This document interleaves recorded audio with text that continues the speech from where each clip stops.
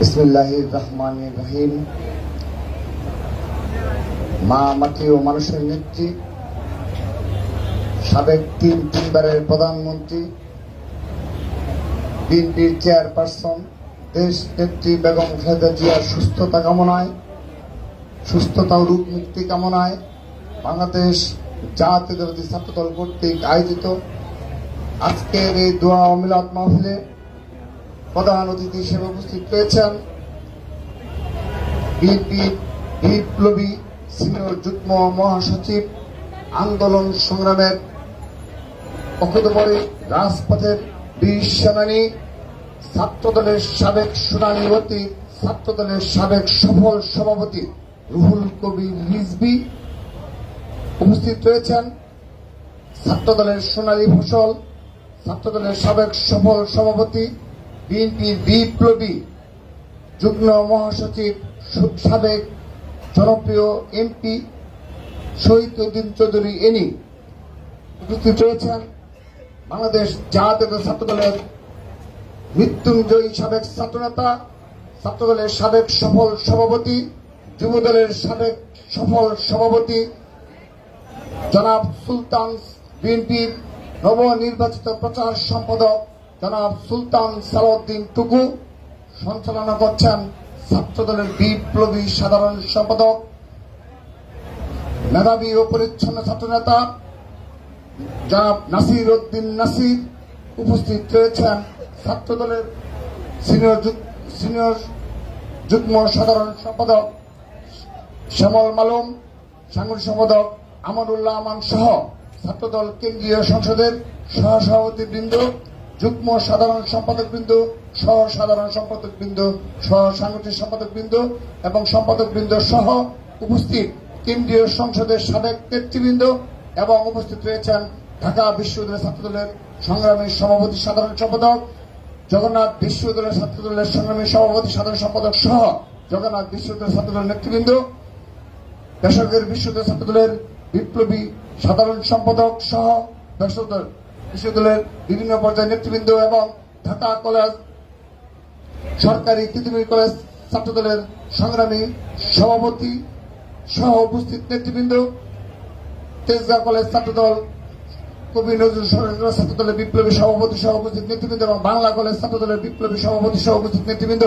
এবং উপস্থিত রয়েছেন ঢাকা মহানগর পূর্ব ছাত্রদলের সাবেক আহ্বায়ক, সদস্য সচিব সহ যুগ্ম আহ্বায়ক সহ নেতৃবৃন্দ, ঢাকা মহানগর দক্ষিণ ছাত্রদলের বিপ্লবী সাবেক আহ্বায়ক এবং সদস্য সচিব সহ নেতৃবৃন্দ, ঢাকা মহানগর উত্তর ছাত্রদল নেতৃবৃন্দ এবং ঢাকা মহানগর পশ্চিম ছাত্রদলের নেতৃবৃন্দ সবাইকে এবং ইডেন কলেজ মহিলা কলেজ সহ ইডেন মহিলা কলেজ, মহিলা কলেজ সহ নেতৃবৃন্দকে আমি আমার ব্যক্তিগত পক্ষ থেকে সংগ্রামী শুভেচ্ছা।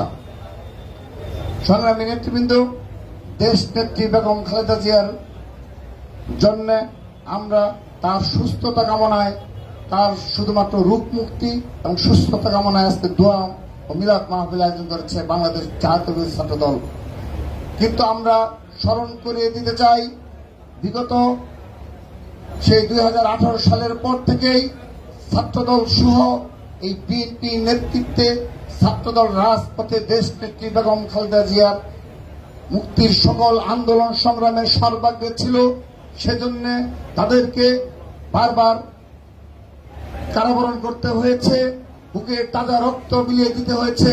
তারপর আমরা সত্যিকার অর্থে দেশ নেত্রী বেগম খালেদা জিয়াকে পুরোপুরি কারামুক্ত করতে পারিনি। কিন্তু আমরা বলে দিতে চাই, ছাত্রদল সত্যিকার অর্থেই প্রতিজ্ঞাবদ্ধ রয়েছে।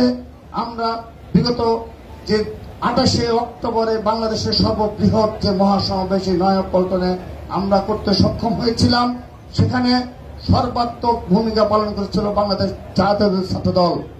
সেই ধারাবাহিকতায় একটি অবৈধ 7 জানুয়ারি নির্বাচন হওয়ার পরও আমরা নব উদ্যমে নব জাগরণ ঘটানোর জন্য সারা দেশে কাজ করে যাচ্ছি।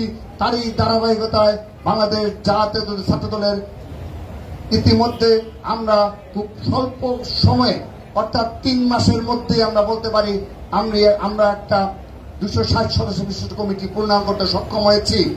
আমরা এটি করতে করেছি কারণ আমাদের সাংগঠনিক অভিভাবক দেশ নায়ক জনাব তারেক রহমানের একটি সুস্পষ্ট পরিকল্পনা রয়েছে আমাদের এই ছাত্রদলকে নিয়ে, এবং আমাদের এই ছাত্রদলকে নিয়ে একটি আন্দোলন সংগ্রামের সুস্পষ্ট পরিকল্পনা রয়েছে।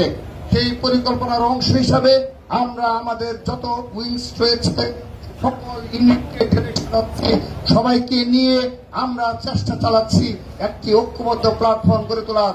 খুব শীঘ্রই সেই ঐক্যবদ্ধ প্ল্যাটফর্ম হবে এবং আমাদের নেত্রীকে যারা মিথ্যা ও বানোয়াট মামলায় অন্যায়ভাবে সাজা প্রদান করার পরও তিনি একজন যত ধরনের তার যে একজন নাগরিক অধিকার রয়েছে সেই সংবিধান মোতাবেক তিনি জামিন পাওয়ার যোগ্য।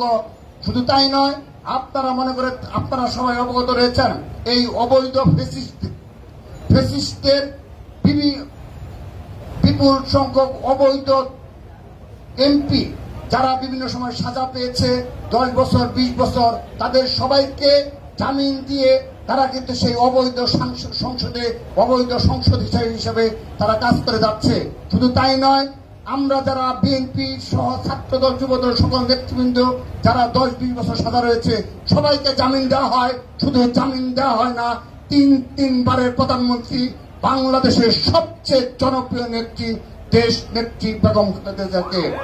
তার পেছনের কারণ কি সেগুলো আমরা সকলেই অবগত রয়েছি। যদি সেই 2018 সালে মিথ্যা ও বানোয়াট মামলায় তাকে কারারুদ্ধ করতে না পারত, তাহলে এতদিন এই অবৈধ হাসিনা তার ক্ষমতা দীর্ঘায়িত করতে পারত না কোনোভাবে। আমরা অবগত রয়েছি দেশ নেত্রী বেগম খালেদা জিয়া যেদিন কারামুক্ত হয়ে হেঁটে যাবেন, লক্ষ লক্ষ সাধারণ ছাত্র জনতা তার পেছনে থেকে এই দেশে গণতন্ত্র পুনরুদ্ধার করবে, সেটি কেউ না বুঝলেও শেখ হাসিনা খুব ভালোভাবে অবগত রয়েছেন।